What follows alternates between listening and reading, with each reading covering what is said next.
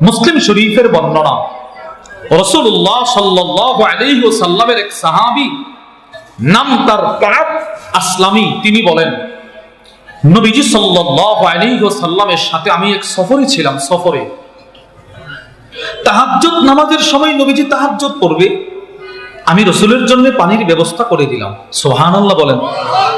নবীজি ইস্তেনজা করবে, আমি ইস্তেনজার জায়গার ব্যবস্থা করে দিলাম। সবকিছু আমি করছি।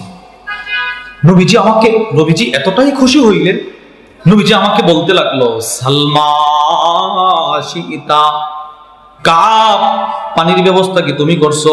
জি ইয়া রাসূলুল্লাহ। ইস্তেনজার ব্যবস্থাও কি তুমি করছো? জি। যাও, আমি রাসূল তোমার প্রতি খুশি, তুমি এই মুহূর্তে যা চাইবা আমি তাই দিব। সুবহানাল্লাহ বলবেন না? তুমি যা চাইবা আমি তাই দিব।